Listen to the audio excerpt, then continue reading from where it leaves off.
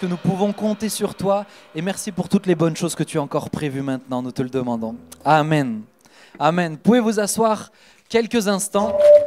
Oh là là, mais on peut remercier l'équipe de louange aussi, s'il vous plaît. On les a fait transpirer un petit peu là, ils ont été flexibles, c'est bien les gars. T'as eu chaud, Augustin, hein? Je t'ai vu, t'avais mal aux mains, hein? On est vraiment trop content d'être avec vous. Alors j'aimerais faire quelques petites annonces et ensuite on va aller à la suite. Mais la première chose c'est, est-ce qu'il y a des gens qui sont là ce soir pour la première fois? On a un petit cadeau pour vous. Est-ce que vous pourrez juste lever votre main s'il vous plaît s'il y a des gens? Ouais, ah, attendez, il y a le plus vieux. Là, gardez juste la main bien haute, on a un petit cadeau pour vous. Regardez, on a un petit sac avec à manger, de l'argent dedans. Non, c'est pas vrai, c'est une blague, rassurez-vous. On a un petit sac. Ah, tout de suite les gens ils lèvent la main, hein? Non, là, il y a ici, là-bas. Soyez les bienvenus, les amis. Vraiment, sentez-vous à l'aise. Peut-être pour vous expliquer un petit peu ce que c'est ici. Là, il y a encore quelqu'un. Et tant que tu n'as pas reçu ton... Tu peux garder la main levée. Si tu as une crampe, tu demandes à quelqu'un de t'aider. Hein, ça va? Mais soyez les bienvenus. Sentez-vous à l'aise. Ici, ça s'appelle Impact Jeunesse. On est dans une église. Si vous avez plein de questions, eh ben, n'hésitez pas à venir nous voir à la fin, voir des responsables. Il y a moi, il y en a d'autres. Ceux qui sont là, levez-vous voir tous les deux.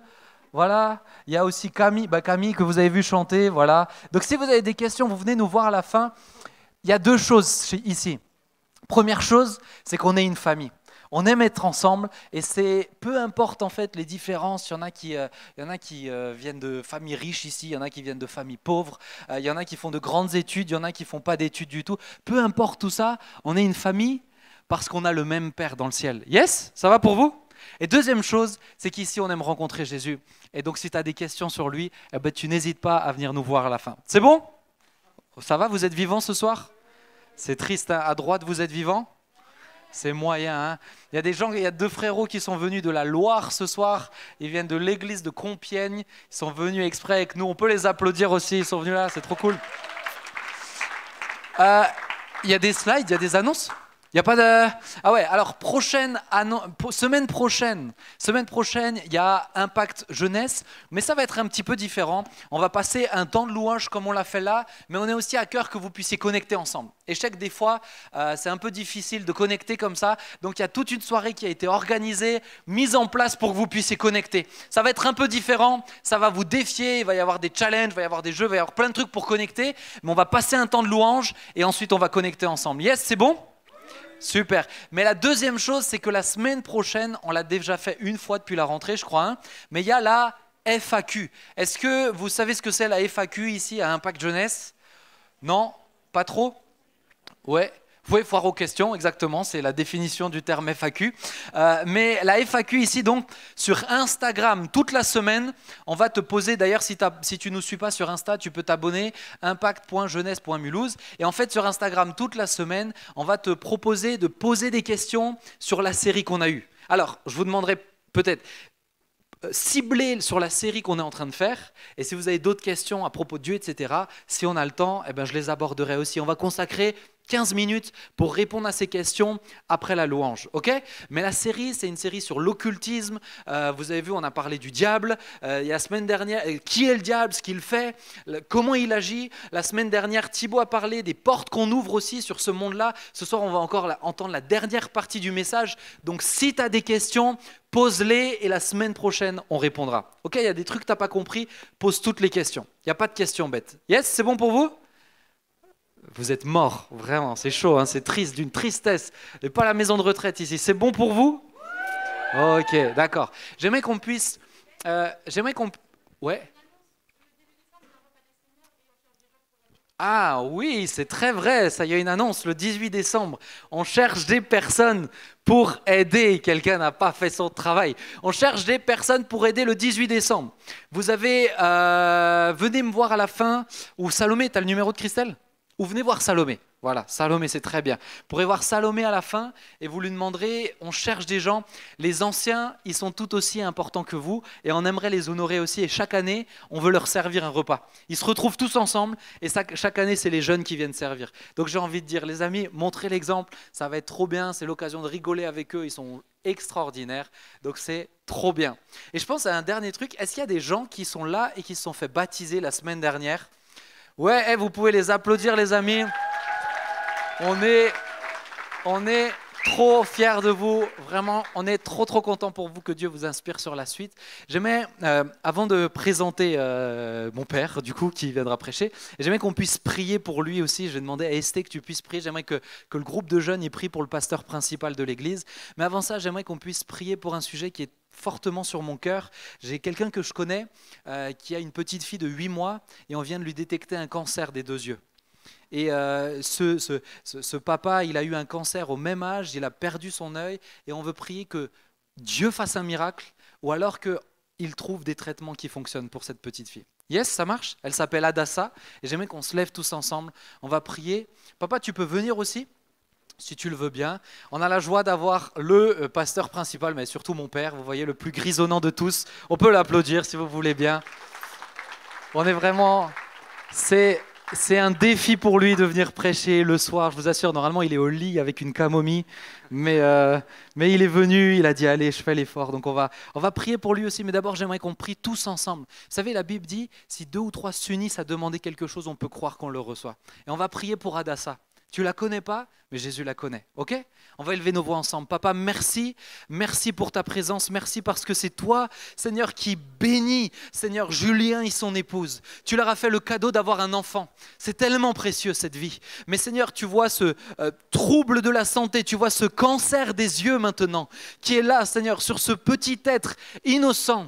Mais nous croyons que tu es capable de faire un miracle. Nous croyons que tu es capable de toucher, Seigneur, et de permettre à ce que ce cancer disparaisse totalement. Nous l'avons déjà vu dans d'autres vies. Alors Seigneur, nous te disons, accorde grâce s'il te plaît pour ses parents. Accorde grâce pour Adassa, qu'elle ne perde pas la vue. Seigneur, mais que ce cancer qui est là, eh bien, puisse servir à te glorifier et que le monde voit qu'un Dieu vivant agit lorsque nous le prions. C'est pourquoi nous te le demandons de tout notre cœur. Touche Adassa, là où elle est maintenant. Donne la paix à ses parents et que tu veuilles passer par la main des médecins, et nous sommes tellement reconnaissants que tu nous donnes des médecins, mais où que tu veuilles passer, Seigneur, par un miracle surnaturel. Seigneur, interviens. Nous ne voulons pas te dire comment faire, mais nous voulons juste te demander, Seigneur, agis s'il te plaît.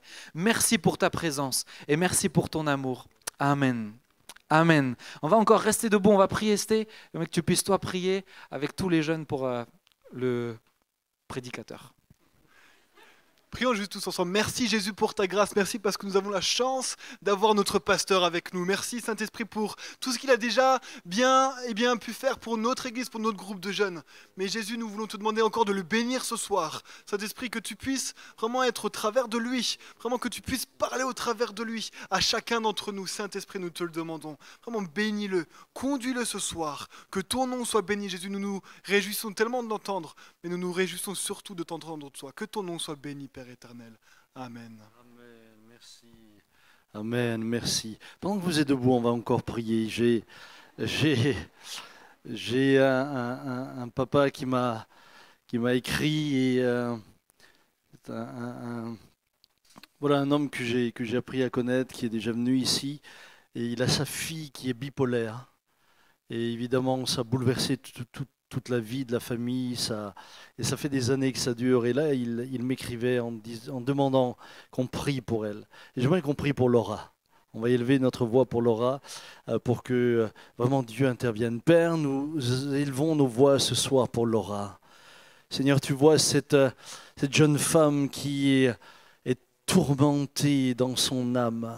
Tu vois cette fragilité psychique qui l'amène à tomber dans toutes sortes, Seigneur, de difficultés, dans les hallucinations et tant d'autres choses. Père, eh bien, je prie avec tous ces jeunes qui sont ici, nous prions pour Laura. Nous voulons te l'apporter, nous voulons te demander de manifester ta gloire et ta grâce dans la vie de cette jeune femme.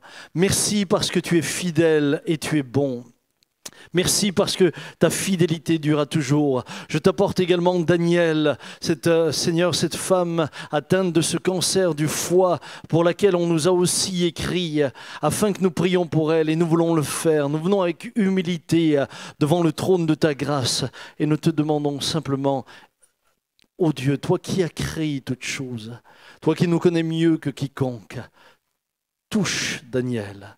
Touche Laura et touche tous ceux et celles qui passent par des temps difficiles. Amen. Amen. Vous pouvez prendre place.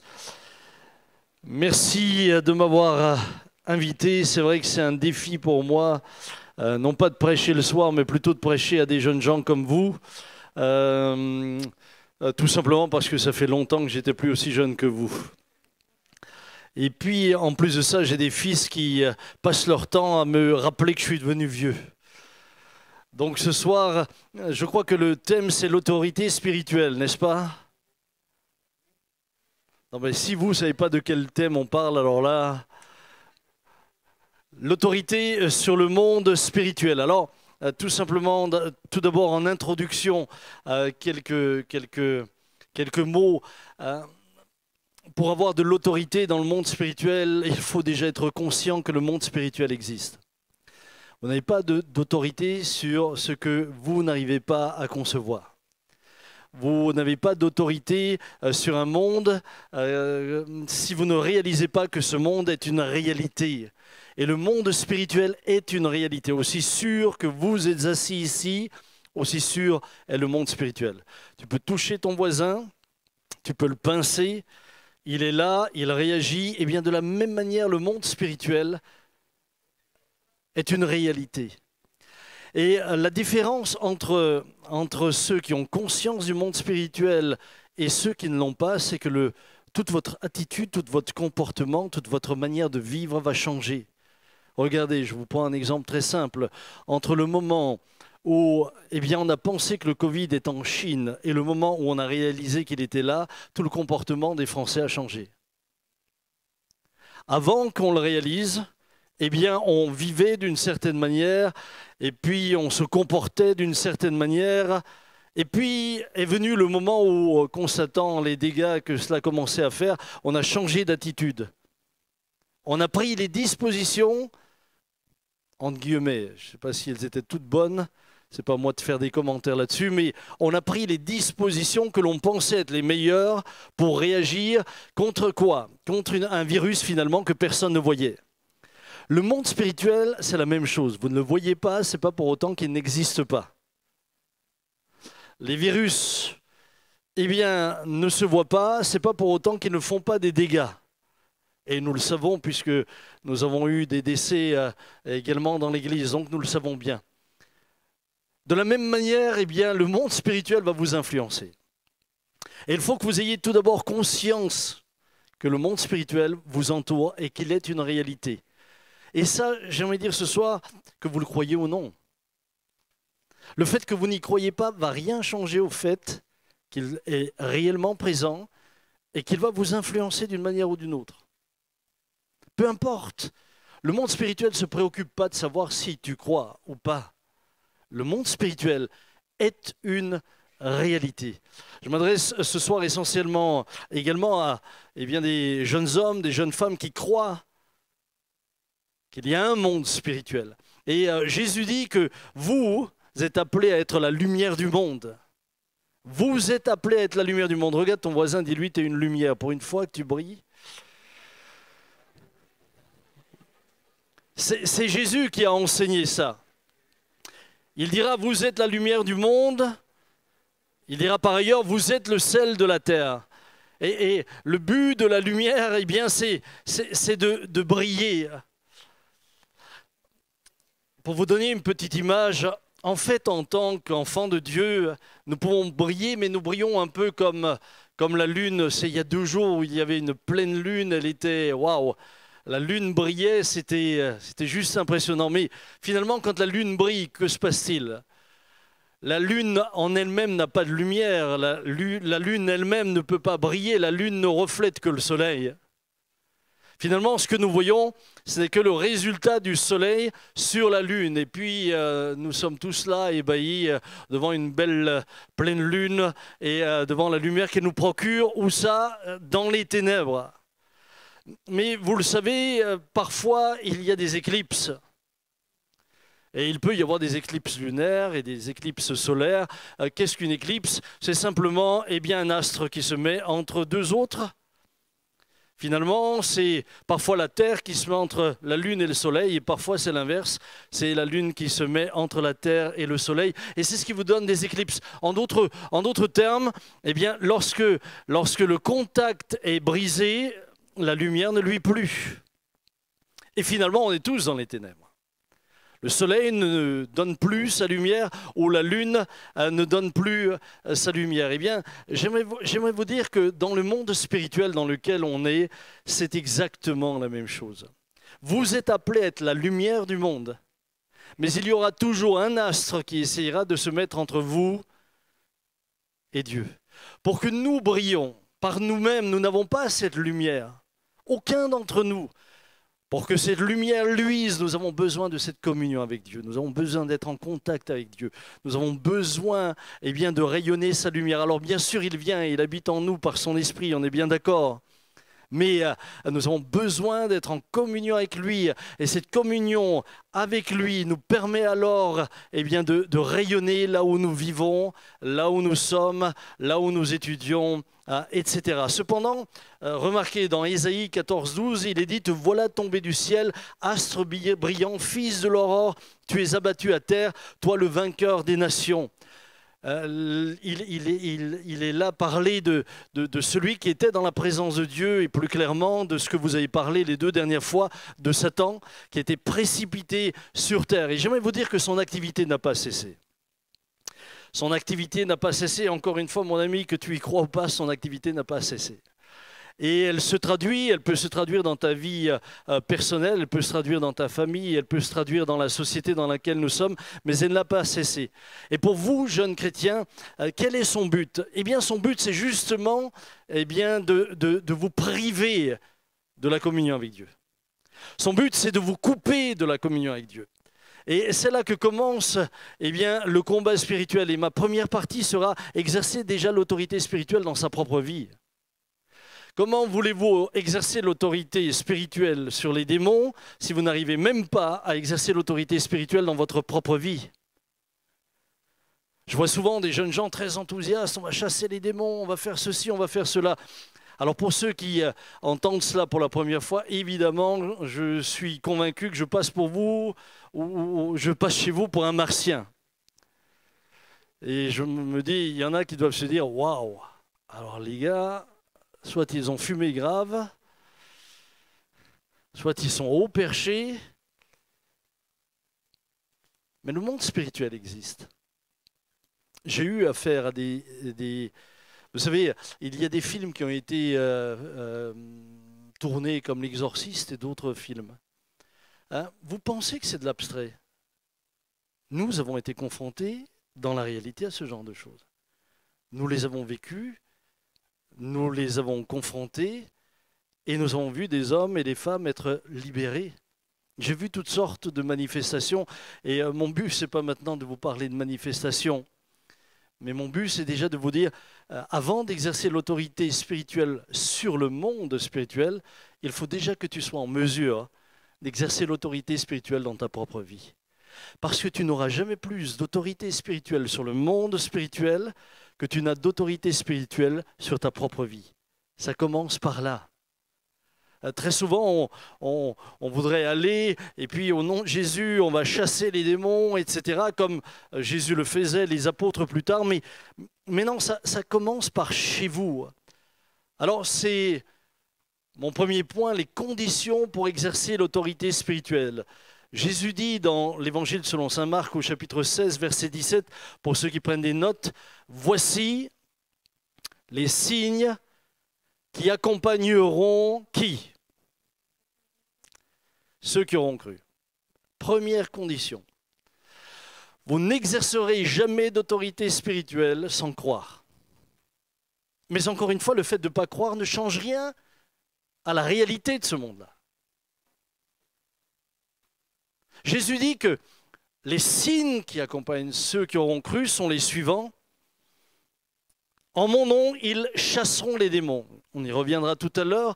En fait, ils auront une autorité sur un monde spirituel réel. Vous savez, la foi, ce n'est pas quelque chose de pragmatique d'abord. La foi, ce n'est pas une question intellectuelle d'abord. La foi, eh bien, c'est une confiance que l'on a en celui en qui on croit. Ils chasseront les démons. Ils parleront de nouvelles langues. En parlant de chasser les démons, pour vous donner quand même un témoignage en commençant, quand j'étais enfant, mes parents avaient reçu une dame que le mari avait emmenée, qui avait fait de longs séjours en psychiatrie à de multiples reprises. Et puis, lorsqu'elle est arrivée à la maison, ça a été assez particulier parce que cette femme avait des manifestations, de réelles manifestations, mais elle avait aussi des capacités qui ne relèvent pas du monde naturel. Lorsque le monde surnaturel se manifeste, eh bien, se manifestent également des capacités qui n'appartiennent pas au monde naturel. D'ailleurs, je suis souvent surpris lorsque des gens me disent « Ah, monsieur, je suis non-croyant ou je suis athée », mais ils vont voir des voyantes. C'est quand même intéressant d'avoir des gens qui se disent pragmatiques et intellectuels et qui en même temps vont consulter des personnes dont les capacités finalement ne sont pas liées à la raison. Alors d'où leur viennent-elles? Et c'est ce que cette femme, entre autres, avait. Mais elle avait aussi des manifestations physiques qui étaient assez impressionnantes, puisque par exemple, elle était capable de tirer la langue, mais comme aucun d'entre vous ne pourrait la tirer, c'est-à-dire jusqu'à ici. C'était juste un peu surréaliste. Elle pouvait être couchée et léviter. Mais elle avait cette capacité. Un jour, une voisine est arrivée et puis elle a sonné à la porte. Et cette voisine voit cette dame et cette femme la regarde et commence à lui dire tout ce qu'elle est en train de faire, entre autres qu'elle trompait son mari. Donc elle avait une capacité divinatoire qui était... Mais en même temps,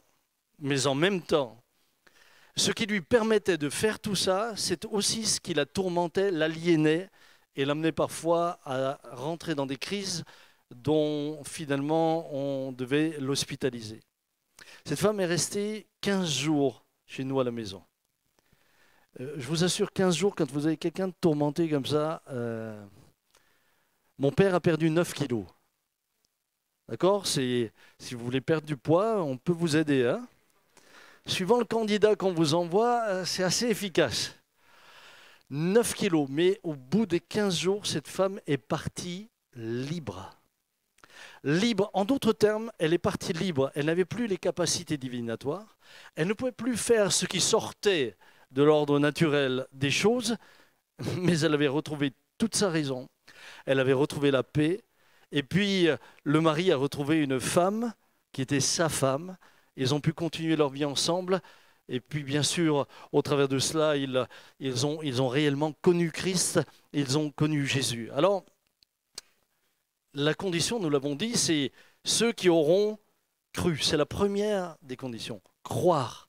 Dans l'Épître aux Hébreux, il est dit au chapitre 11, verset 6, « Or, sans la foi, il est impossible de lui être agréable. » Agréable à qui? À Dieu. Si vous voulez de l'autorité spirituelle, il vous faut d'abord être agréable à celui qui vous la donne.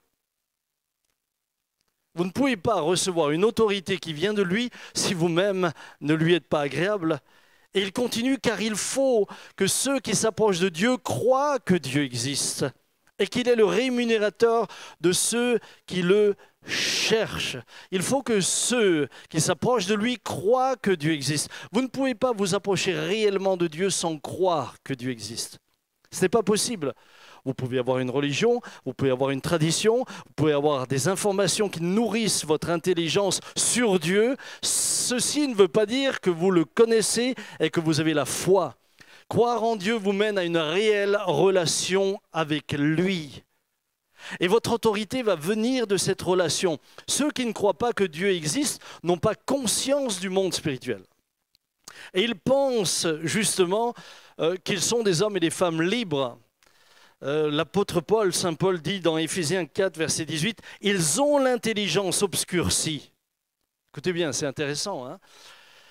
Parce que Paul parle de gens qui peuvent être brillants intellectuellement, et pourtant il dit « Ils ont l'intelligence obscurcie. » Vous pouvez être d'un côté brillant intellectuellement, tout en ayant une intelligence spirituelle totalement obscurcie.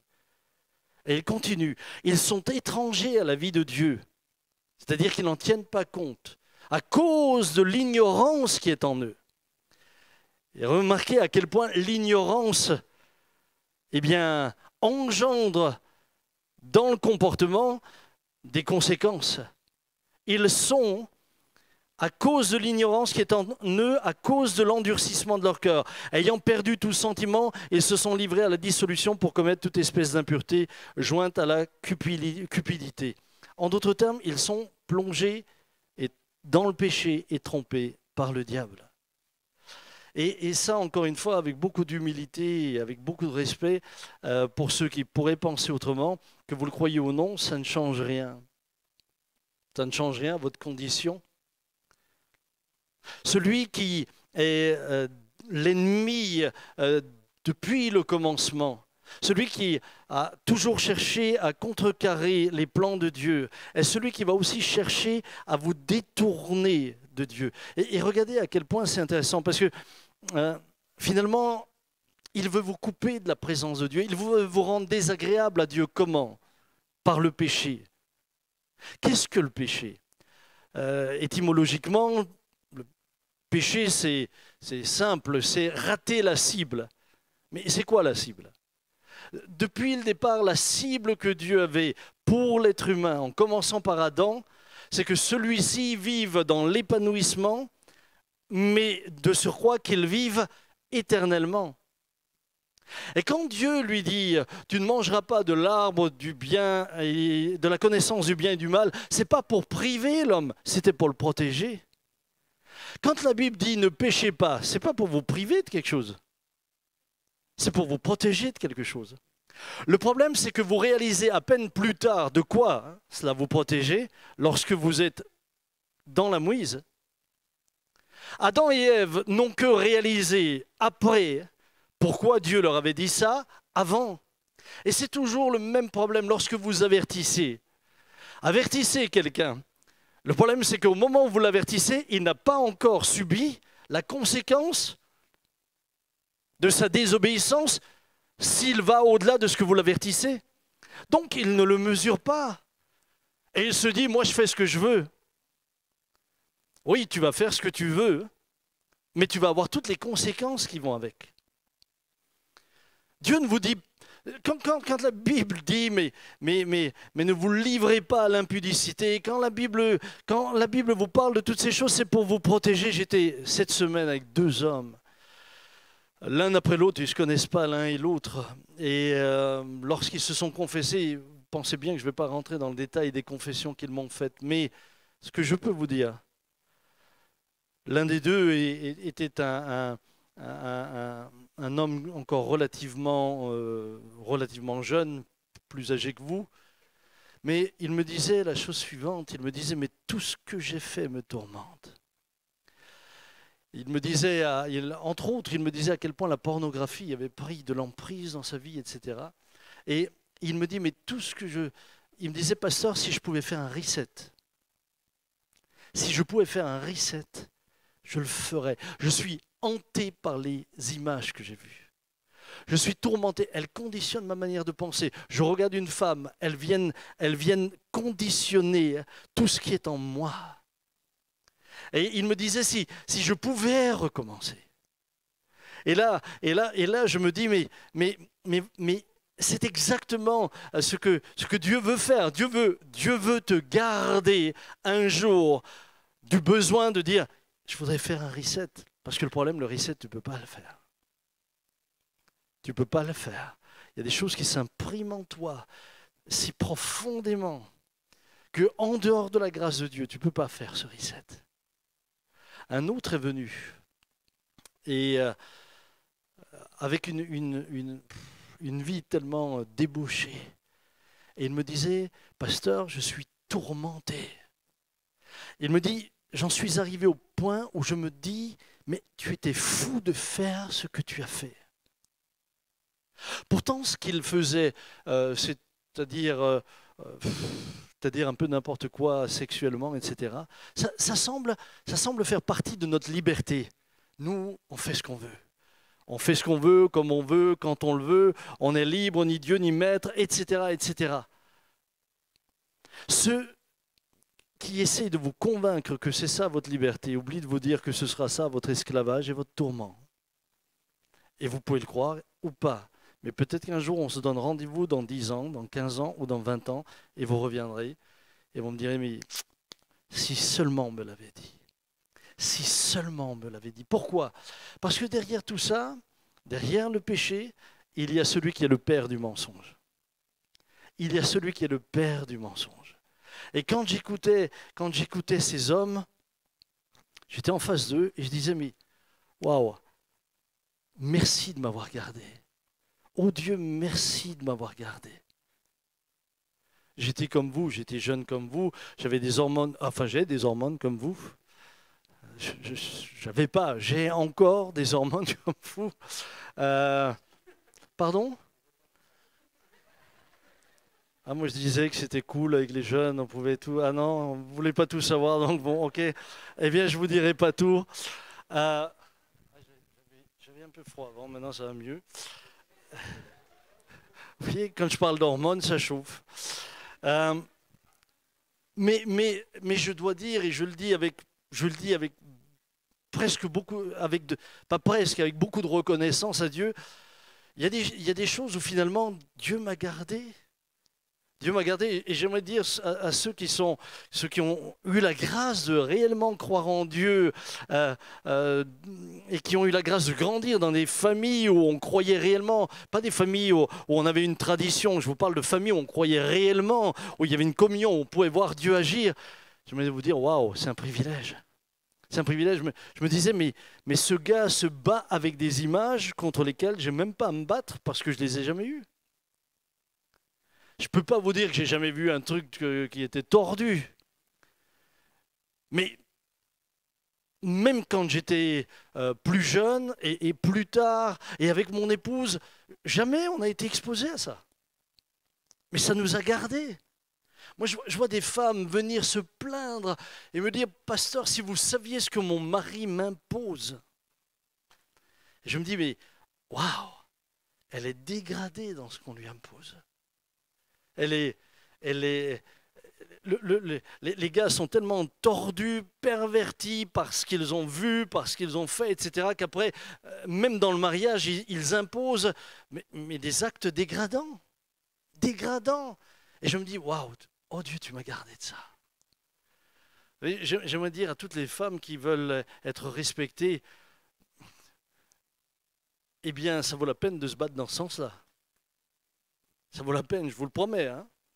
Ça vaut la peine parce que nous, on a droit aux confessions après et on a surtout droit aux... J'avais dernièrement, je peux vous dire, et je suis sincère dans ce que je veux... J'avais une femme qui est venue me voir.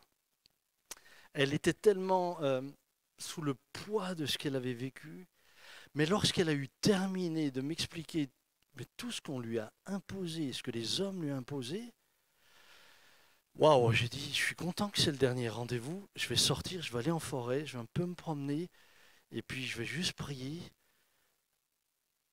parce que la vie de cette femme était une horreur. Mais tout cela au nom, au départ, de la liberté. Tout cela avec une voix qui te dit, mais ne te prive pas. Tout cela avec une voix qui est en train de te dire, mais si tu goûtes pas à ça, alors tu as raté ta vie. Moi, j'aime vous dire, il y a des trucs que vous goûtez et qui vous empoisonnent la vie jusqu'à la fin de vos jours. Et de l'autre côté, aujourd'hui, je bénis Dieu, parce que même avec Dominique, ma femme, il y a des trucs qu'on n'y a même jamais pensé. Parfois, je suis naïf, on vient me dire des choses, mais je ne savais même pas que ça existe. Tu vois, tu as bientôt 60 ans et on vient de dire des trucs. Ah bon? Ah bon, ça se fait? Mais quand tu entends que ça se fait, tu dis waouh, heureusement que j'ai jamais eu contact avec ça. Donc comprenez bien que ce que je suis en train de vous dire là, c'est que vous n'avez d'autorité que l'autorité que vous commencez déjà à avoir sur votre propre vie. Et il est dit dans Jacques 4, verset 7, « Soumettez-vous donc à Dieu, résistez au diable et il fuira loin de vous. Soumettez-vous donc à Dieu. Ce soir, je prêche l'évangile. Pendant que tu entends, tu peux soit te soumettre à ce que Dieu dit. Je précise, ce n'est pas moi Dieu, hein. C'est ce que l'Écriture dit. Soit tu peux dire, oh, moi je fais ce que je veux, je suis mon chemin, je suis mon parcours, je suis libre. Mais ça, c'est ta liberté. Ça, c'est la liberté de chacun. Vous pouvez faire ce que vous voulez. Le problème, c'est qu'un jour, tôt ou tard, il y a des conséquences. Et c'est pourquoi, si vous voulez de l'autorité, commencez par vous soumettre à ce que Dieu dit. Il n'y a personne qui vous connaît mieux que lui. Mais pour pouvoir vous soumettre à ce qu'il dit, il faut croire en lui. Et croire en lui ne s'impose pas. Mais celui qui cherche Dieu le trouve. Et j'aimerais juste vous dire, mais il n'y a rien de plus beau que de pouvoir croire en Dieu. Rien. Rien. J'ai rencontré toutes sortes de personnes. L'ami qui m'écrivait là tout à l'heure pour sa fille Laura, c'est un expert dans la lumière, etc. Tous les concerts de Johnny Hallyday, c'est lui qui les assurait, etc. Tu peux avoir de l'argent, tu peux réussir, tu peux être brillant. Il y a un moment donné, tu as besoin de l'aide de Dieu. Et je voudrais juste vous encourager ce soir. Juste vous encourager. Alors, soumettez-vous à Dieu. Qu'est-ce que cela veut dire? La première manière de vous soumettre à Dieu, c'est déjà d'écouter ce qu'il vous dit dans sa parole. Ça commence par là. Ça commence par l'Écriture. La parole de Dieu, j'aimerais vous le rappeler ce soir, c'est une arme offensive, dit l'Écriture. L'apôtre Paul dit, nous ne luttons pas contre la chair et le sang, mais contre les puissances, les dominations, les esprits méchants et malins. Et la Bible nous rappelle que finalement, la parole de Dieu, ce livre que certains contestent, auquel certains disent « mais moi je pige rien, je capte rien », etc. Évidemment, tant que tu n'as pas reçu cette communion avec Dieu, il reste un bouquin pour toi incompréhensible. Mais le jour où tu as la communion avec Dieu, tout d'un coup, ce livre devient le plus beau livre de ta vie. Il s'éclaire. Et ce qui est beau, c'est qu'il s'éclaire par Dieu. Il ne s'éclaire pas par ton intelligence à elle seule. Non pas qu'il faille faire fi de notre intelligence, loin de là. Mais il s'éclaire par la présence de Dieu. Ce soir, j'aimerais vous dire, vous pouvez commencer à exercer l'autorité déjà sur votre propre vie en respectant la parole de Dieu. Mais non pas comme un livre avec des règles. Vous savez, il y a une grande différence entre lire la Bible parce qu'on connaît Dieu et on aime Dieu et le faire juste parce qu'on serait contraint à le faire. Je vous l'avais déjà donné comme exemple. Il y a une grosse différence. Est-ce qu'il y a des gens mariés ici? Allez, qui est marié? Levez-vous voir, ceux qui sont mariés. Allez, il y en a. Ok. Bon, je vais poser une question. Restez debout tous les deux. Monsieur Esteban.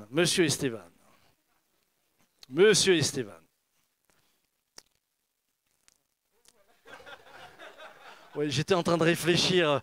Lui, oui, elle, le prénom, je le cherchais. Non, Manon, pardonne-moi. Ouais, c'est l'âge. Monsieur Esteban. Devant tous les témoins ici présents réunis. Je vais vous poser une question. Êtes-vous fidèle à Manon parce que vous l'aimez ou parce que vous n'avez pas le droit de la tromper? C'est beau. Vous pouvez l'applaudir. Ça, franchement, c'était beau. Ça, c'est brut de décoffrage. Je l'aime. Oui, je ne l'ai pas posé à Manon parce qu'en voyant Manon, ça tombe, ça coule de source. Mais écoutez bien, il y a une grosse différence quand dans un couple, le mari est fidèle parce qu'il aime sa femme ou lorsqu'il n'est que fidèle parce qu'il n'a pas le droit de la tromper. Ce n'est pas la même relation. Le gars qui n'a pas le droit de la tromper, c'est un adultère en sursis. C'est juste un adultère en sursis. Et si je devais poser la question à toutes les jeunes filles qui sont là, allez, je vous pose la question, mais aussi aux jeunes hommes. Qu'est-ce qui vous honore le plus? Un type qui est fidèle parce qu'il n'a pas le droit, ou un type qui est fidèle parce qu'il vous aime? Yes. Eh bien oui, c'est toute la différence. C'est toute la différence dans la relation avec Dieu. Celui qui connaît Dieu et qui l'aime, il lit la Bible avec plaisir. Prier, c'est pas ah ouais, il faut prier, il faut lire la Bible. Non, non, non. J'aime Dieu, je me réjouis. Je me réjouis de venir en sa présence. Je me réjouis d'être avec lui. Je me réjouis de communier avec lui. Celui qui le fait juste parce qu'il doit, waouh, la barbe. Il faut aller à l'église. Il faut ceci. Moi, ça fait des années que je ne dois pas aller à l'église. Mais pour moi, c'est un privilège d'y aller. Demain matin, je serai là. Je viens, j'ai déjà dit, j'ai mes enfants qui sont là de Lyon. Je suis déjà allé leur dire au revoir ce soir parce que je leur ai dit, hey, moi, demain matin, probablement, je suis déjà là à 6h30, 7h. Mais pas parce qu'il y a quelqu'un qui me contraint, pas parce qu'il y a quelqu'un qui est derrière en disant, si tu n'y vas pas, tu vas voir, le bon Dieu, il va te mettre une calotte derrière les oreilles. Non. Non. Attendez, c'est comme quand j'étais fiancé, quand j'avais un rendez-vous avec elle. Waouh, toute la journée j'y pensais. Ce soir je la vois. Quand tu as un rendez-vous avec elle et que ça te pose un problème, c'est qu'il y a de l'eau dans le gaz. Hein? Ben, vous savez, c'est ça ce qui est extraordinaire quand vous connaissez le Seigneur. Quand vous l'aimez, vous avez une communion avec lui. Vous êtes heureux de venir en sa présence. Vous n'êtes pas contraint, vous n'êtes pas condamné. Au contraire, vous êtes libre. Et permettez-moi de revenir. À ce moment-là, la parole de Dieu devient une arme offensive.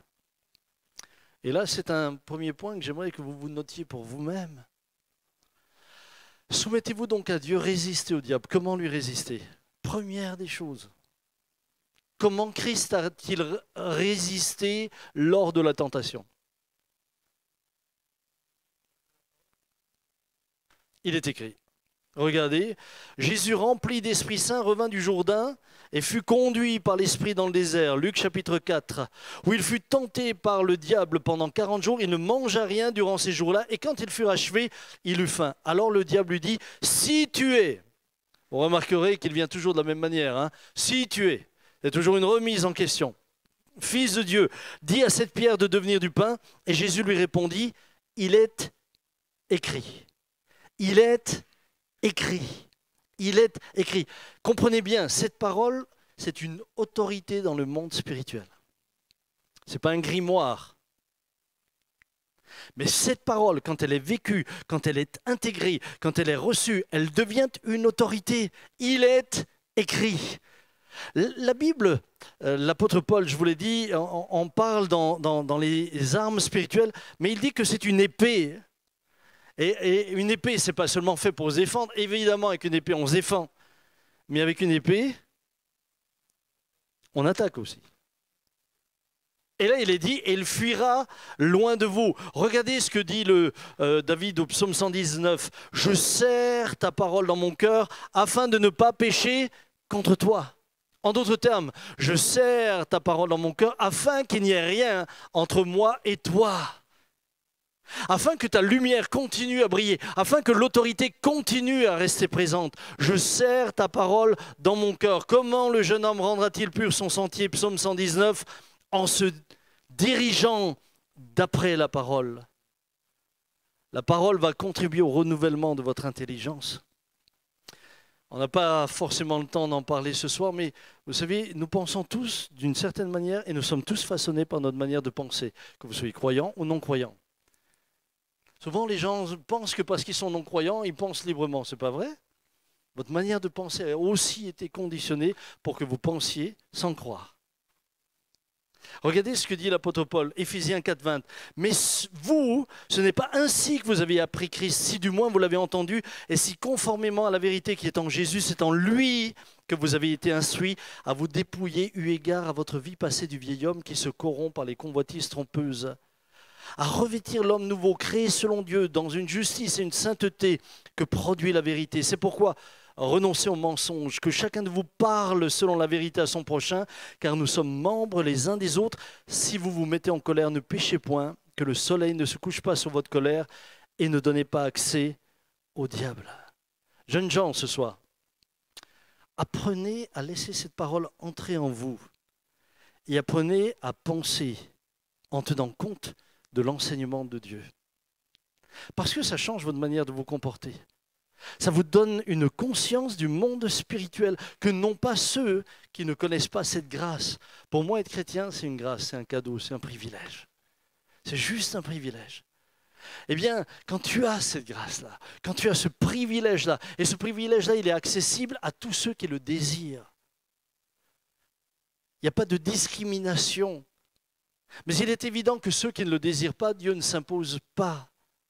Cependant, lorsque cette parole s'ancre en toi, elle devient de fait une arme qui te permet dans le monde spirituel de prendre position et de dire non à ce qui pourrait un jour être cause de ton malheur. Deuxième élément que nous donne l'Écriture, c'est Jésus qui nous le donne. Non seulement Jésus résiste par la parole, mais écoutez bien, dans Marc 14, verset 38, il est dit « Veillez et priez afin de ne pas entrer en tentation. L'esprit est bien disposé, mais la chair est faible.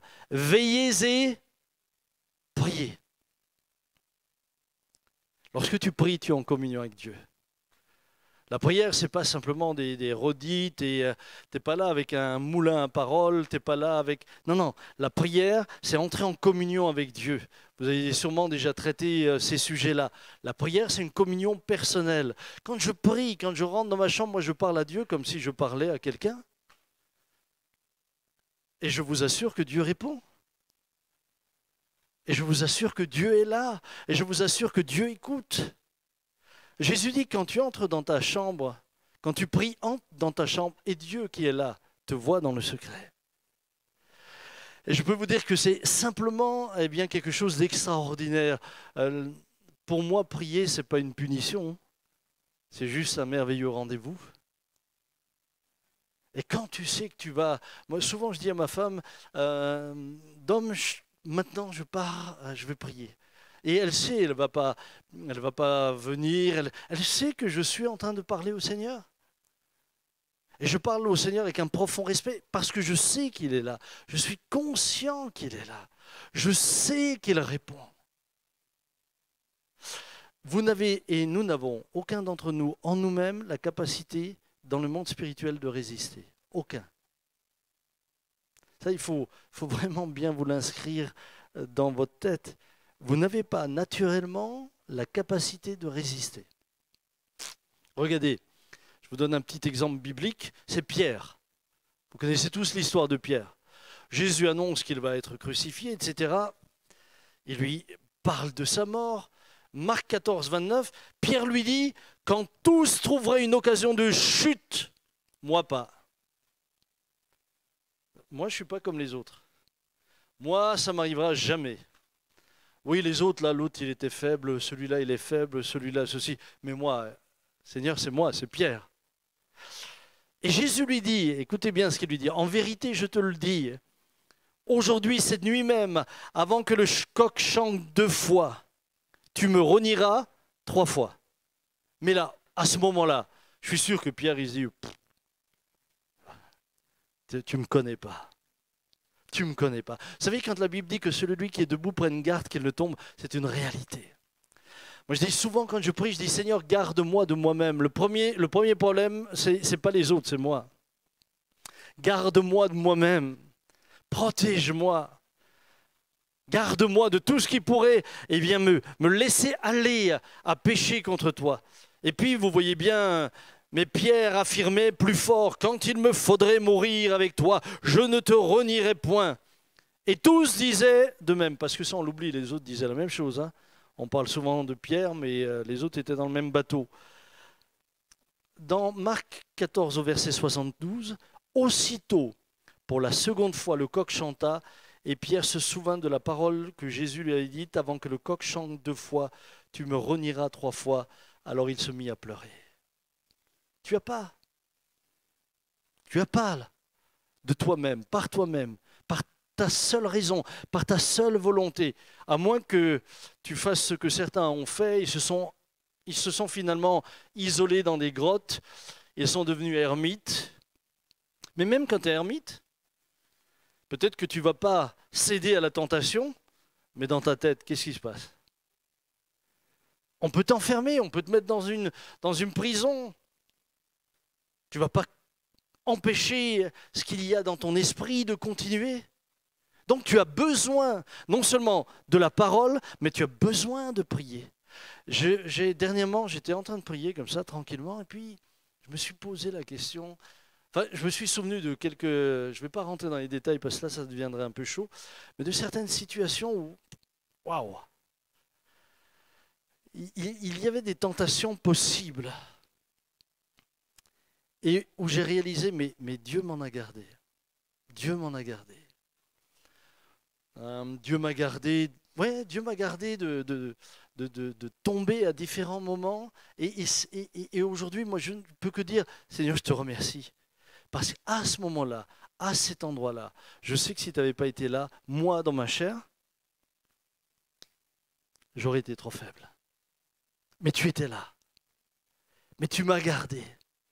Vous savez, on voyage, on se retrouve partout, un peu partout dans le monde, on est dans toutes sortes d'hôtels, on rencontre toutes sortes de gens. Et si le Seigneur n'était pas là? Mais je sais que je dois ça à la vie de prière. Jeunes gens, pour déjà avoir de l'autorité spirituelle sur vous-même, apprenez simplement ce que nous venons de voir là. Ce sera pour vous une source qui vous rendra fort. Vous serez capable de résister. Vous serez capable de dire non. Non pas à cause de vous tout seul, mais à cause de lui au travers de vous. Saisissez cela. Maintenant, est-ce que vous me laissez encore quelques instants ou on s'arrête? Qu'est-ce qu'on fait? On continue, on s'arrête? On continue, on ne va pas voter ce soir. Hein? En général, vous allez jusqu'à quelle heure normalement? Jusqu'à la fin. 21h. Ok. J'aimerais arriver à la dernière partie, au troisième point. Et là, on va entrer dans maintenant ce monde spirituel. Que dit Jésus? Mais encore une fois, si vous vous arrêtez juste à ce point-là, ce soir, si vous ne prenez juste en compte que ce point-là, sans tenir compte des deux points différents, j'aimerais vous dire que de toute manière, vous n'allez avoir aucune autorité. Parce que je le répète, votre autorité spirituelle n'ira jamais plus loin que l'autorité déjà que vous avez sur vous-même.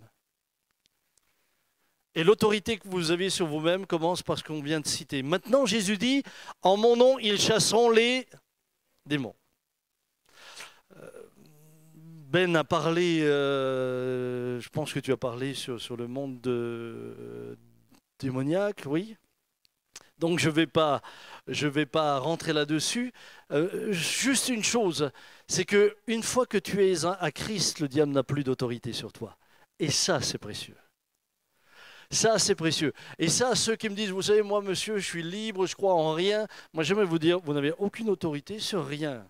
Quand il veut prendre possession de vous, il le fait. Et vous le croyez ou non, ça, je vous assure, je l'ai tellement vu, tellement vécu. Je me souviens un jour à Strasbourg, nous étions à Strasbourg, je ne sais pas si elle existe encore, la salle de la Marseillaise. Ça existe encore, ça, la salle de la Marseillaise, à Strasbourg? Ça existe, Julie? Ah oui, ah bah oui, c'est pas encore l'adjoint au maire, mais si jamais tu te présentes, je vote pour toi. Non, j'ai pas le droit de voter pour toi, mais on fait bien voter les morts en Corse, hein, donc on arrivera. On était dans la salle de la Marseillaise, et là, on a vécu moi, j'étais encore très jeune, mais j'ai assisté à une scène.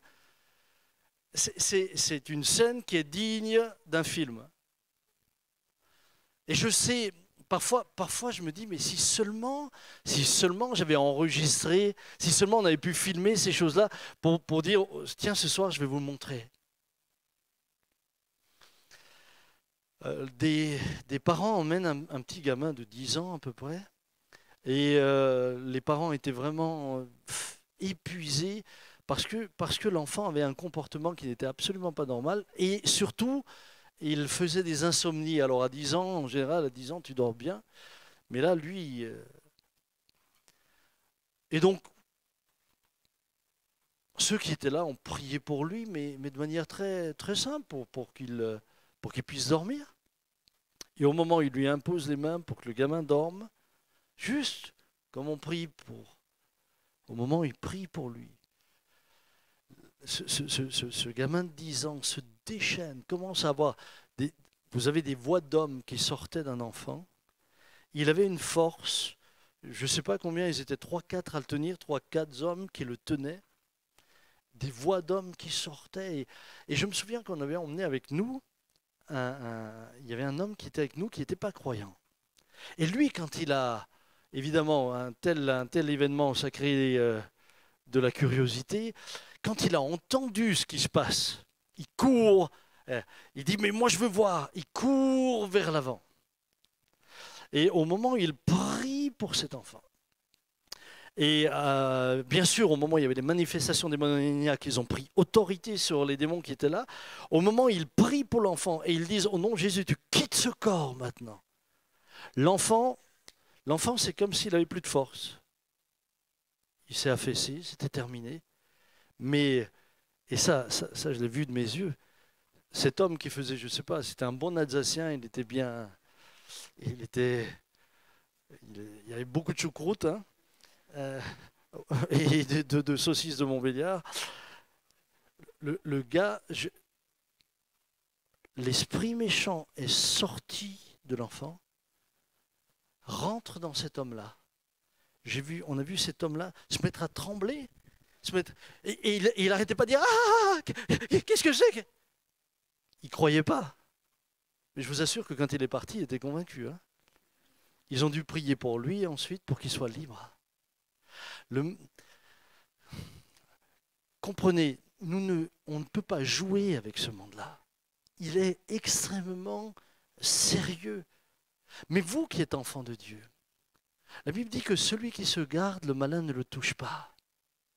Et c'est pour ça que vous pouvez exercer l'autorité dans la mesure où vous ne lui avez pas donné accès, comme nous l'avons vu tout à l'heure. Maintenant, quand Jésus enseigne ses disciples, il dira « en mon nom, ils chasseront les démons ». Cette autorité, il la donne à ceux qui sont ses enfants. Il la donne à ceux qui sont ses disciples. Il ne la donne pas à ceux qui ne lui appartiennent pas. Ils n'ont pas d'autorité. La même autorité que Jésus avait, Luc 4,14, Jésus revêtu de la puissance de l'Esprit, retourna en Galilée et sa renommée se répandit dans tout le pays d'alentour. L'Esprit du Seigneur est sur moi, dira-t-il au verset 18, parce qu'il m'a oint pour annoncer une bonne nouvelle aux pauvres, il m'a envoyé pour guérir ceux qui ont le cœur brisé, pour proclamer aux captifs la délivrance. Et puis plus loin, au verset 31 de l'évangile de Luc, vous lirez, il descendit à Capernaum, ville de la Galilée, et il enseignait le jour du Shabbat. On était frappé de sa doctrine, car il parlait avec autorité. Il se trouva dans la synagogue un homme qui avait un esprit de démon impur, et qui s'écria d'une voix forte, « Ah, qu'y a-t-il entre nous et toi, Jésus de Nazareth? Tu es venu pour nous perdre. Je sais que tu es le Saint de Dieu. » Jésus le menaça, disant, « Tais-toi et sors de cet homme. » Et le démon le jeta au milieu de l'assemblée et sortit de lui sans lui faire aucun mal. Ça, c'est un récit qui s'est passé il y a 2000 ans. Mais j'aimerais vous dire que ces scènes-là, je les ai vues, et je les ai vues de nombreuses fois. Je les ai vus de nombreuses fois. Mais la bonne nouvelle, ce n'est pas la scène en elle-même. La bonne nouvelle, c'est que cet homme est parti libre. Et ce qui nous intéresse ce soir, c'est pas ce côté, parce que je me rends compte que dès qu'on parle du domaine spirituel, des démons, etc., souvent ça excite la curiosité. Mais ce qui nous intéresse ce soir, c'est que ceux qui sont sous cette emprise ont besoin d'être libres. Je me souviens d'une jeune femme qui est venue dans mon bureau, elle avait 20 ans, c'était Sarah. Alors elle était plus grande que moi. Quand je lui parlais, je devais lever la tête, elle aurait pu faire basketteuse. Et puis, j'ai un entretien avec elle assez banal. On échangeait un peu et elle me partageait un peu ses galères, etc. Et à la fin de l'entretien, je dis, tu sais quoi, Sarah, viens, on va prier ensemble. On va prier ensemble. Et au moment où je lui impose les mains, des manifestations. Elle tombe de sa chaise, et puis elle se met à ramper mais sur le sol comme un serpent. Et alors je prie pour elle, et quand elle est libre, elle se relève, elle dit waouh, waouh, je me sens tellement bien, j'ai jamais senti une telle liberté. Je me sens tellement bien. Elle me dit, pasteur, mais je suis tellement bien, je suis tellement heureuse. Et puis, elle me dit, ouah, c'est tellement dommage, mon copain avec qui je vis, lui, il ne croit pas. Elle était en concubinage. Elle ne connaissait pas le Seigneur. Alors, la voyant tellement heureuse, la voyant libre, vous l'auriez vu. Ça s'est passé ici, dans le bureau. Vous l'auriez vu. Quand je l'entends parler de son copain, je dis, mais invite-le, dis-lui que je suis prêt à le rencontrer. Elle dit, mais non, ça ne vaut même pas la peine, il croit en rien. Je dis, mais invite-le. Elle dit, mais... J'ai dit, mais tu vois, c'est dommage, tu es en train de perdre la bataille avant de la livrer. Dis-lui un mot. Et s'il accepte, je le rencontre. Et puis, à l'époque, je reçois un coup de fil de Sarah, quelques jours plus tard, elle dit, mon copain voudrait vous voir. Donc il arrive, et je ne sais pas si vous vous souvenez de cette mode, vous n'êtes plus là-dedans, mais c'était la mode des pantalons, il y a de la place pour tout le monde, les copains, c'était les pantalons sociaux, là. Tu avais les potes, tout le monde avait de la place dans le pantalon, si tu n'en avais pas. Je ne sais pas comment ça s'appelait nouveau ces pantalons. Baggy. Des trucs qui pendent enfin bref, le gars il arrive, et puis alors il vient dans mon bureau, et puis il s'assied en face de moi, mais presque couché sur la chaise et me fixe comme ça. Et alors je prends du temps. Je lui dis, voilà, je commence à lui parler de Jésus simplement, comme je l'aurais fait pour n'importe quelle personne qui est en recherche. Puis il m'écoute, il ne dit pas grand-chose, il m'écoute et à la fin je lui dis, si tu veux, on prie ensemble. Et là il me dit, ok, allez-y. Je prie pour lui. Puis il repart comme ça, toujours avec... Non, moi ça m'impressionnait, moi j'ai appelé ça les pantalons collectifs, là, puisque comme tu as de la place pour tous les potes, et quelques jours plus tard, il m'appelle en pleurant.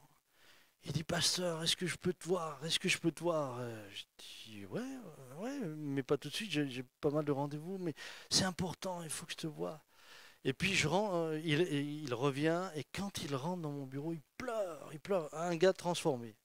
Plus du tout la même personne. Il pleure, il me dit, depuis que tu m'as parlé de ce Jésus, ma vie est bouleversée. Il dit, tu vois, je prenais de la drogue, je me droguais depuis je ne sais combien de temps. C'est fini, je touche plus à la drogue, je suis un homme nouveau, baptise-moi. Il dit, ah, waouh, je te connais depuis quoi, 15 jours? Ouais, baptise-moi, je veux Jésus. Il dit, parce que je vais bientôt devoir partir, on déménage, je ne sais plus si c'était en Martinique ou l'île de la Réunion. Je dis, mais attends, on peut appeler là-bas, tu verras, là-bas il y a des églises, ils te baptiseront là-bas. Non, je veux que ce soit ici. Je dis, mais là on n'a pas de baptême. Il dit, ouais, ça fait rien, mon beau-père il a une baignoire. Non, mais pour te dire à quel point le gars il en voulait. Hein. Et puis peu de temps après, le gars il revient, mais transformé.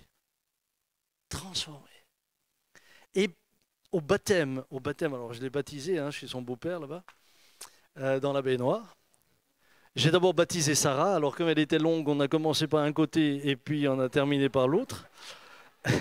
Et puis ensuite, je l'ai baptisé lui. Et ce qui était super, c'est que tous ses potes, tous les pantalons collectifs étaient là. T'as que les gars là avec leurs grands pantalons là. Je me dis, au moins ce soir, si je perds mon falzar, je sais que j'aurai une place chez quelqu'un. Mais une vie changée. Mais une vie changée. Vous savez, ce qui m'a impressionné, c'est que le changement spirituel a été extraordinaire. Et ça c'est... Alors là, du coup, autant chez Sarah, il y avait des manifestations, chez lui, rien. Rien de comme ça. Ça s'est passé dans la tranquillité, ça s'est passé dans la douceur. Mais un homme transformé en est sorti. Alors, bien sûr, lorsque Jésus donne l'autorité, à qui s'adresse-t-il? Écoutez, il s'adresse à ses disciples. Les 70 reviennent et disent, les démons même ne sont soumis. Et puis, dans le verset 19, il dit, voici, je vous ai donné le pouvoir de marcher sur les serpents, les scorpions et sur toute la puissance de l'ennemi, et rien ne pourra vous nuire. Eh bien, je peux t'assurer que quand tu vis un moment comme ça, tu es content que rien ne puisse te nuire. Quand tu vois des gens qui tout d'un coup décuplent leur force, quand tu vois des gars qui tout d'un coup ont une force, tu n'arrivais même pas à l'imaginer, bah, tu te dis, Seigneur, merci de ce que rien ne peut nous nuire. Mais pour ça, et c'est important ce soir, si tu veux exercer l'autorité spirituelle, ça s'adresse à des disciples de Christ.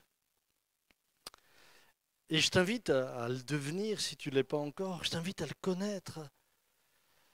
Jésus dira à ses disciples, mais ne vous réjouissez pas de tout ce que les esprits mauvais vous obéissent, réjouissez-vous plutôt de ce que vos noms sont inscrits dans les cieux. Et vous savez ce qui est quand même extraordinaire, c'est que quand on parle de ça, on parle de quoi?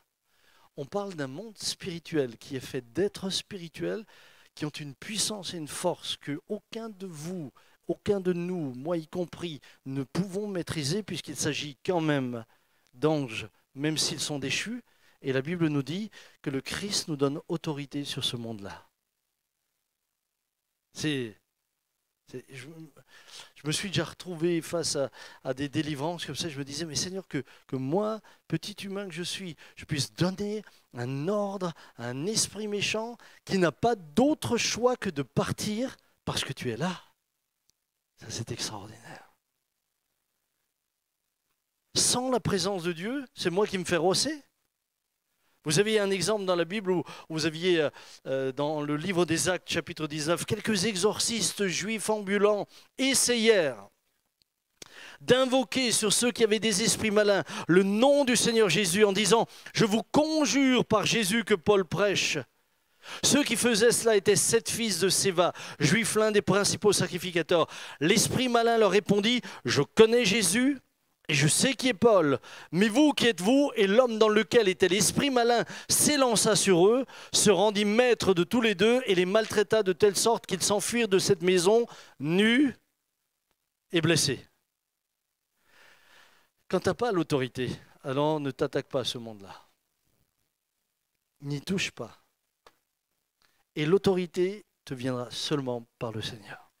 Seulement, il n'y a pas d'autre chemin. Alors, je m'étais encore noté, j'ai encore beaucoup de points, mais je voudrais juste dire qu'il faut discerner avant de diagnostiquer. D'accord? Discerner avant de diagnostiquer. Le diagnostic est toujours très important. Quelqu'un qui... le frère de Benjamin, Jonathan, est médecin. Mais il me dit souvent, mais si je diagnostique mal, je suis en train d'aiguiller la personne dans une mauvaise direction. Mais le temps qu'on se rende compte qu'elle était dans la mauvaise direction, suivant la maladie qu'elle a, ça peut être irréversible. Donc bien diagnostiquer, c'est important. Pourquoi est-ce que je vous dis ça? Parce que vous avez des personnes qui finalement voient des démons partout. Partout. Dès qu'il y a quelque chose, ah ça c'est le diable, ah ça c'est le diable. Ah, mais c'est pas ce que la Bible dit. La Bible est loin de dire cela. Jésus ne voyait pas des démons partout et il ne systématisait pas.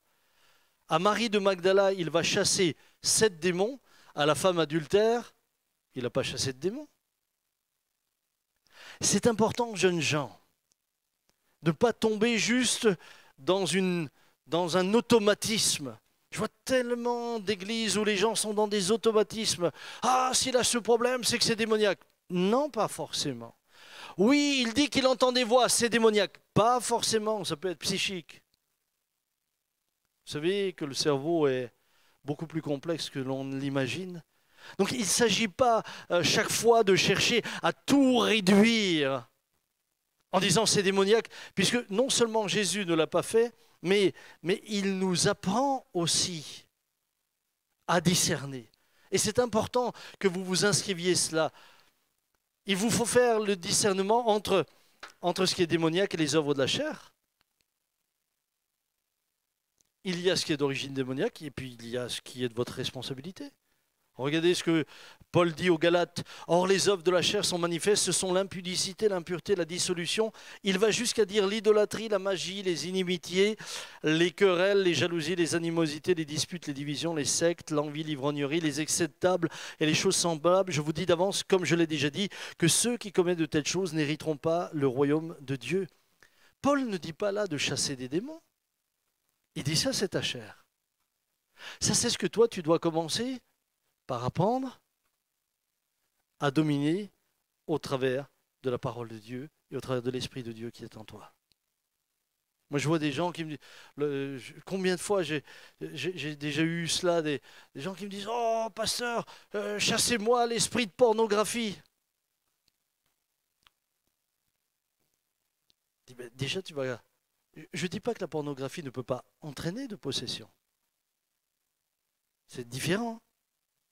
Mais il y a un moment donné où tu as une responsabilité, toi. Toi, tu as quelque chose à faire. Toi, tu dois décider de te soumettre à Dieu. Toi, tu dois décider de ne pas aller cliquer là où il ne faut pas cliquer. Sinon, ça va claquer. Mais ça t'appartient. Moi, je ne peux pas le faire à ta place. Ça, c'est toi. Et là, il ne s'agit pas de dire « Ah oui, c'est démoniaque, j'ai une vieille dame qui m'a fait venir chez elle. Elle habitait Mulhouse. Elle me dit « Pasteur, je vous ai fait venir parce que y a un démon dans la maison. » Je dis « Ah bon ?» Alors j'étais respectueux parce qu'il faut toujours d'abord écouter. Et tout d'un coup, elle me dit « Pasteur, il y a un démon qui me coupe l'eau. » Là, je dois dire que je devenais quand même dubitatif. C'était le premier démon plombier que je rencontrais. Et puis, au bout d'un moment, j'étais chez elle et il faisait, je ne sais plus, moins 10, moins 15 dehors. Et je me rendais compte que chez elle, certainement la mamie pour économiser, elle chauffait que dans la cuisine, l'endroit où elle était. Et alors évidemment, ça tombait tout de suite sous le sang. Je lui ai dit, mais je me suis dit sûrement que les conduites ont gelé ailleurs. Et alors je lui ai dit, écoutez mamie, vous savez ce que vous allez faire? Vous allez chauffer un peu la maison, le démon va avoir chaud, il va s'enfuir et vous aurez de nouveau de l'eau. Mais là, il ne s'agissait pas de chasser des démons. Imaginez que je sois venu en prenant autorité sur un esprit d'installation sanitaire. Donc, discernez, ne systématisez pas, mais en même temps, prenez le temps de discerner. Parce que si la Bible l'appelle le malin, c'est pas pour rien. Lorsque Jésus fut confronté au possédé de Gadara, ce sera la seule fois où il lui demandera quel est ton nom. C'est la seule fois dans l'Écriture où vous verrez Jésus demander le nom d'un esprit. Et là, il lui dira, mon nom est Légion, parce que nous sommes nombreux. Là aussi, ne vous lancez pas dans des choses que la Bible ne vous enseigne pas. Moi, j'entends parfois quand on prie, esprit d'adultère, esprit de mensonge, esprit de vol, esprit... Alors, tout devient esprit. Mais quelle est ta responsabilité encore dans tout ça? Tu as ta part à faire. Tu as ta part à faire. J'ai vraiment ce désir de vous encourager avant de commencer à invoquer tous les noms possibles et impossibles. Vous dire simplement, mais prenez le temps de vous mettre devant Dieu. Et ensuite, j'aimerais vous rappeler que Jésus chassait les démons quand il se manifestait. J'ai encore trop de points qui sont... Je vais m'arrêter là. Jésus chassait les démons quand il se manifestait. Jamais vous le voyez chercher les démons. Les apôtres, vous ne les voyez jamais chercher les démons. Jamais. Vous n'avez pas les apôtres qui font une enquête spirituelle. Jamais ils ne les cherchaient. Mais quand ils se manifestaient, ils les chassaient. Et parfois, ils se manifestent de manière surprenante à des moments où vous ne vous y attendez pas du tout. Tout d'un coup, vous avez une personne et l'esprit se manifeste. Mais j'ai aussi vu des gens avoir des manifestations, mais c'était psychique. Je l'avais dit un jour à l'église, j'étais à Strasbourg, et on a eu une dame qui est venue, une jeune femme, et on se met à prier, parce que je ne sais plus ce qu'elle avait comme problème, et tout d'un coup, elle a commencé à faire des bruits, mais comme un sanglier. Oh, c'était étrange, elle se mettait à quatre pattes, elle faisait... Et évidemment, d'abord, tu te dis, mais ça, c'est démoniaque. Oui, parce qu'une personne normale, normalement, fait... Enfin, je ne sais pas si vous faites souvent ça. Si vous le faites, prévenez-moi, puisque... Et d'abord, j'ai pensé que c'est démoniaque. J'ai pas pris le temps de discerner. J'ai prié pour elle, mais ça me semblait étrange quand même. Et à un moment donné, je ne sais pas pourquoi, j'avais mon beau-frère qui est allemand, qui était avec moi, et il s'est... Ou c'était moi qui ai prié en allemand, je ne sais plus, mais je sais que quelqu'un priait en allemand. Donc les démons, je vous donne une information, ils comprennent l'allemand. Mais bizarrement, quand il priait en allemand, elle ne réagissait plus. Et j'avais simplement compris que cette femme avait besoin d'attention. Sa manière d'attirer l'attention, c'était de faire ce genre de choses. Et on était en face de quelqu'un qui avait un problème d'ordre, simplement, d'ordre psychique, qui avait besoin d'aide. On a prié pour elle ensuite. Mais là, on ne s'est pas mis à chasser des démons. Par contre, j'étais en Guyane. J'étais en Guyane et je terminerai peut-être par cet exemple parce qu'il m'a fait sourire. Et puis, on a une vieille dame qui vient. Vous savez, une vieille dame, en général, vous priez pour une vieille dame, vous vous attendez à rien de particulier. Donc elle est venue, elle ne connaissait pas l'évangile, et elle arrive et je sais qu'elle me dit qu'elle ne dort pas, qu'elle a des insomnies constantes. Bon, on prie simplement pour l'insomnie. Alors encore une fois, ce n'est pas parce que je vous donne un exemple où il y a une manifestation démoniaque que ça veut dire que toutes les insomnies sont liées à une manifestation, d'accord, à un esprit. Hello?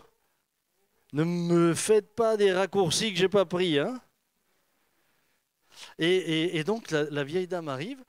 Et j'étais avec un ami, Jean-Claude Meyer, que certains connaissent. Et on prie pour elle. Et au moment où on lui impose les mains, mais mon vieux, mais elle a commencé à hurler. Elle a commencé à se débattre, à avoir une force. C'était impressionnant. Ah, c'était... Et là, vraiment, il y avait une possession. Donc, on a prié pour elle et ça a duré un moment. Et je m'en souviendrai toujours puisque j'étais avec Jean-Claude. Donc, je priais pour elle. J'étais juste à côté d'elle comme ça. Et Jean-Claude était en face d'elle. Et au bout d'un moment, je sens maintenant, c'est fini, on a la victoire. L'esprit méchant va partir. Et je dis, au nom de Jésus, tu ne peux plus rester, sors. Et à ce moment-là, tu as un truc qui sort. Elle se met à hurler, il y a un truc qui sort. Mais qu'on a vu, hein. Mais elle hurlait tellement... Et en fait, l'esprit est sorti. Mais elle a tellement hurlé que ses dents sont sorties en même temps. Et moi, je me souviens de mon ami qui a sauté en arrière. Ben ouais, tu t'y attends pas. Tu vois les dents qui sortent en même temps. Et j'ai dit, tu as eu peur hein, qu'il te morde. Hein. Tu as eu peur qu'il te morde. Mais écoutez bien, le lendemain, la grand-mère, elle est revenue. Elle est revenue avec toute sa famille.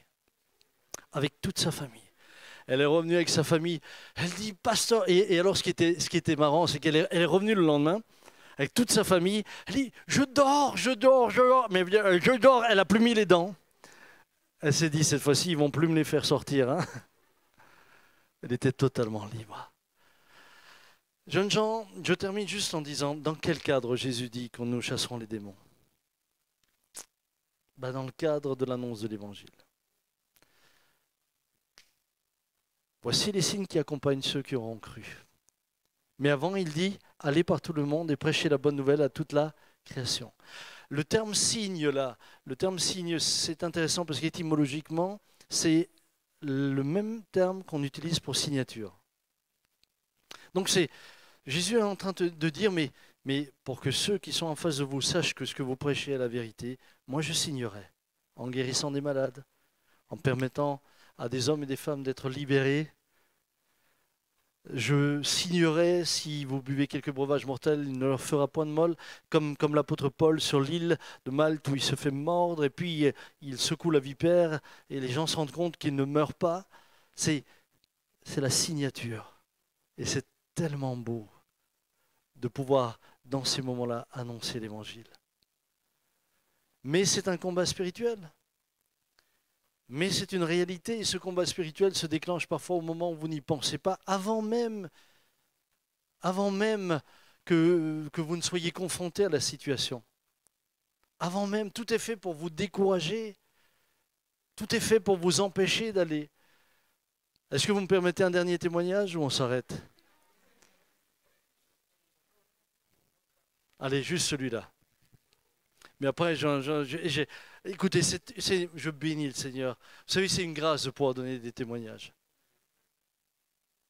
Je suis tellement heureux que quand on prêche l'Évangile, c'est pas juste, oui, ça s'est passé du temps de Jésus, mais maintenant, aujourd'hui, je ne sais pas quoi vous dire.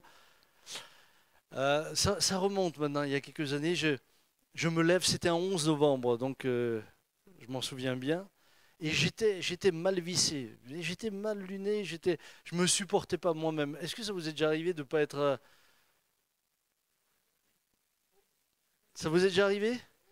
À qui c'est déjà arrivé? Tu te lèves, mais waouh, tu te supportes pas toi-même, et je me suis levé et je me disais, mais qu'est-ce qui m'arrive? J'étais pas bien, j'étais nerveux. Et en plus, ce jour-là, 11 novembre, c'était un jour férié. Je descends pour prendre le petit déjeuner. Ma femme me dit, ah tiens, j'ai pensé que c'est férié, je t'ai fait une petite liste de travaux à faire. Ça m'a encore plus énervé. Mais c'est difficile à expliquer parce que c'est intérieur. Hein. Et puis, voilà, la matinée se passe, je suis pas du tout bien, mais j'étais en train de me dire, pourquoi tu es mal luné comme ça? Qu'est-ce qui se passe? Qu'est-ce que tu as? Et tu aurais mieux fait de rester couché, c'est le genre de jour où on se dit, si seulement j'étais resté au lit. Et puis, vers midi, il y a un monsieur qui m'appelle, il me dit, ah, pasteur Samuel, écoute, j'ai un jeune homme qui est à l'hôpital, il a de la fièvre, et la fièvre ne baisse pas, personne n'arrive à lui baisser la fièvre, je voudrais te chercher pour que tu pries pour lui. Et quand il m'appelle, je suis le pasteur, et quand il m'appelle, son appel m'énerve. Je dis, oh, il ne sait pas que c'est jour férié, lui. Ouais. Mais c'est la honte, hein. Quand le pasteur lui-même s'énerve, alors qu'on te demande d'aller prier pour quelqu'un.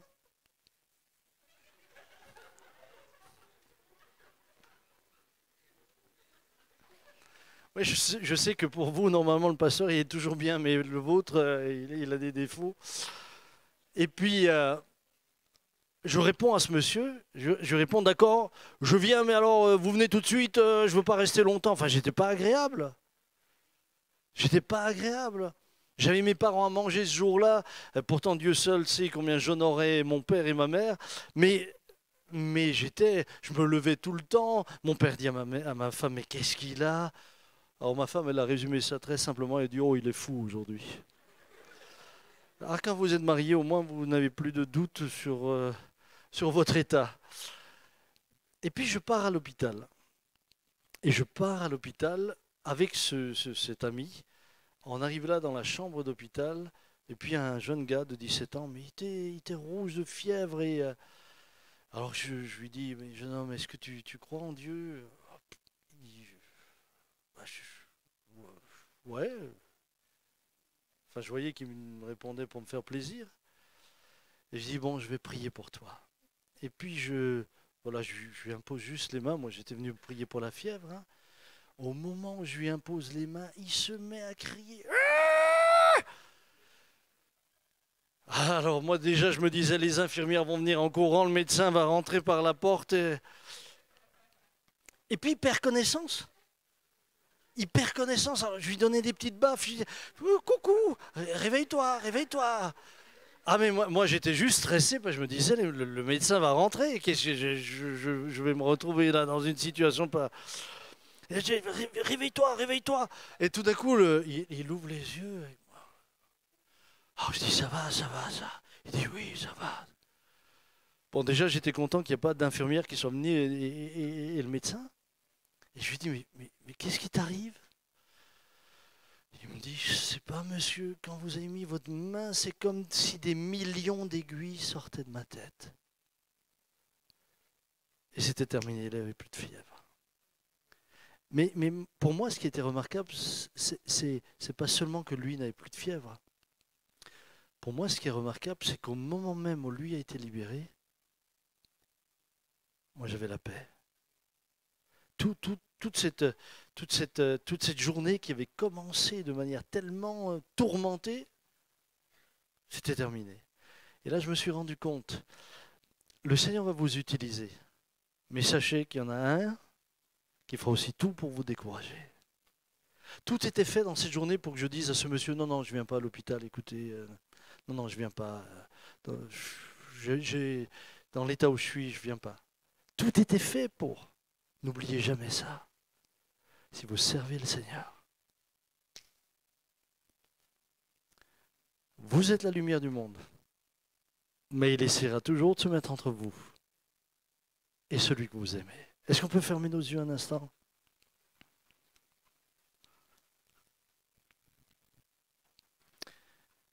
Est-ce que le jeune pianiste pourrait venir là? Merci. C'est la première fois que je t'entends jouer.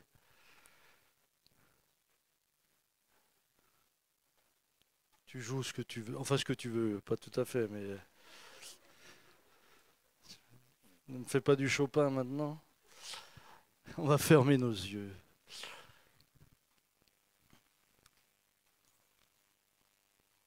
Je voudrais peut-être avant tout, et pendant que nos yeux sont fermés, et je vous invite juste à fermer vos yeux pour être dans le recueillement. Maintenant, si quelqu'un veut les avoir ouverts, tu peux les garder ouverts.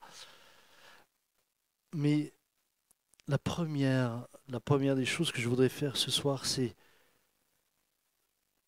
si tu es là et tu ne connais pas encore Jésus, si tu es là et tu es venu en disant mais moi je ne crois pas, je crois en rien.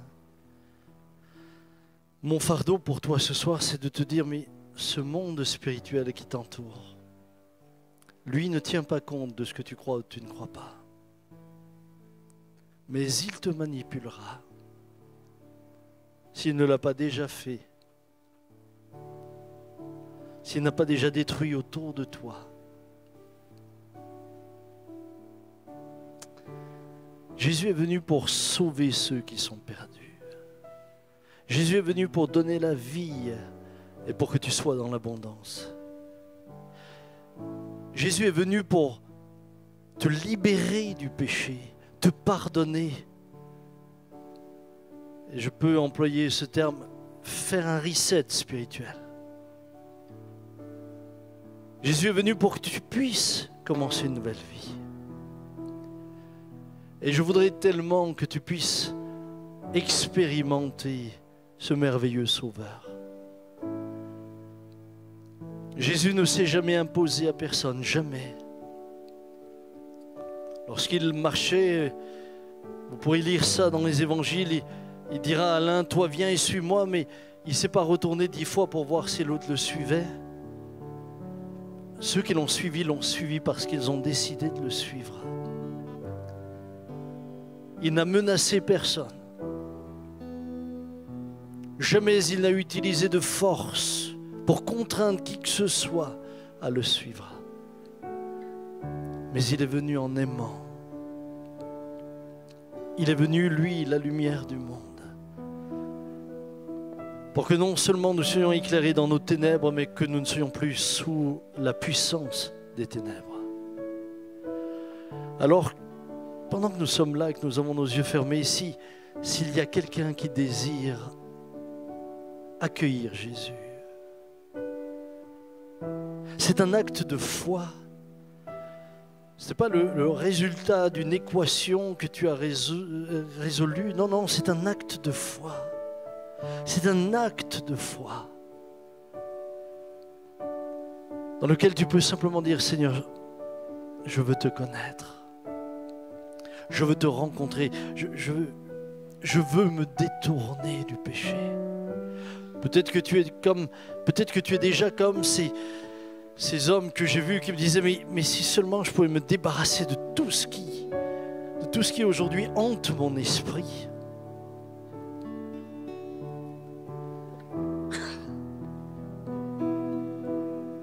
Mon ami, n'attends pas que ton esprit soit hanté. Que tu sois une jeune femme ou un jeune homme, je peux que t'inviter à recevoir le Seigneur. Mais si tu le reçois librement, par conviction. Pendant que nous avons nos yeux fermés, s'il y a quelqu'un qui désire dire ce soir, oh Dieu, j'ai besoin de toi. Je veux te connaître. Je veux te rencontrer. Je veux recevoir cette vie nouvelle en toi. Je veux recevoir cette capacité de vivre une autre vie. Lève simplement ta main là où tu es et nous prierons. Et je prierai pour ceux qui disent, moi je le veux. Ta main levée signifie je le désire. Tu lèves ta main, puis tu peux la baisser, jeune fille. Oui, jeune homme. S'il y a d'autres, oui, mademoiselle. Oui, monsieur. Oui, jeune homme. C'est entre vous et Dieu. C'est pas entre vous et moi, c'est entre vous et Dieu.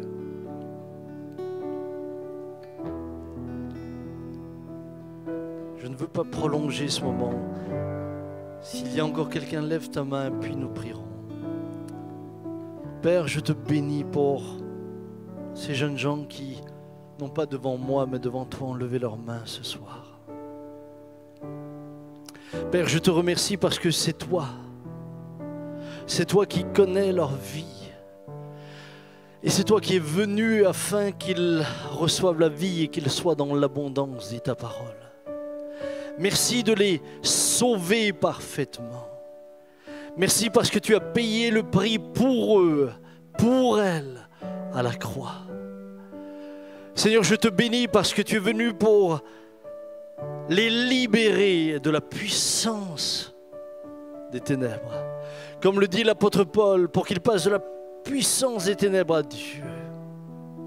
Qu'ils passent des ténèbres à la lumière. Seigneur, merci parce que non seulement tu les accueilles, mais tu les remplis de ta grâce. Tu leur pardonnes leurs péchés. Tu leur permets de recommencer une vie nouvelle. Qu'à ton nom seul revienne l'honneur, la louange et la gloire au siècle des siècles. Et Seigneur, tu vois tous ceux et celles qui sont ici, qui te connaissent, qui marchent avec toi. Seigneur, tu connais le chemin de chacun d'entre nous. Il n'y a rien devant toi qui ne soit caché. Merci parce que tu nous as tous tant aimés, que tu viens au secours de notre faiblesse. Et lorsque nous sommes faibles, c'est toi qui viens pour nous rendre forts. Ce soir, j'aimerais te prier pour celles et ceux qui, dans leur propre vie,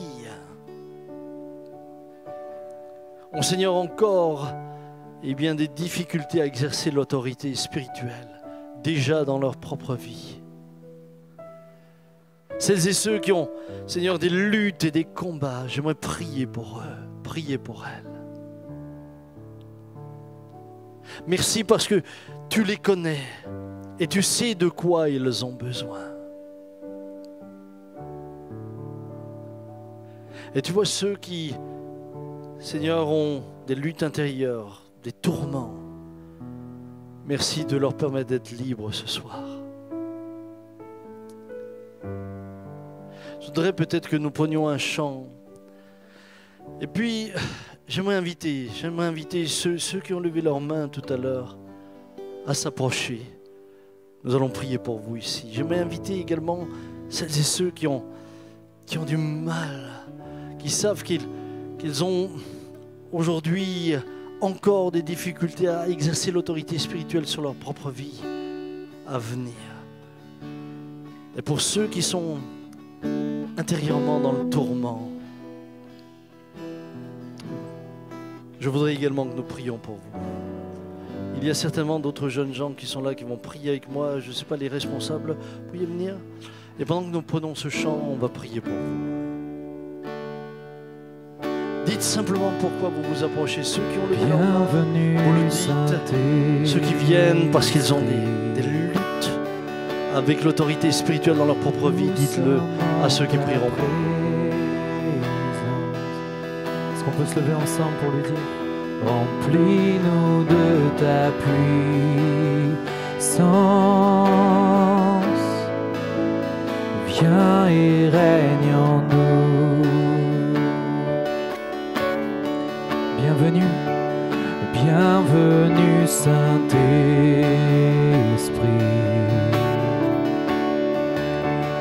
Nous sommes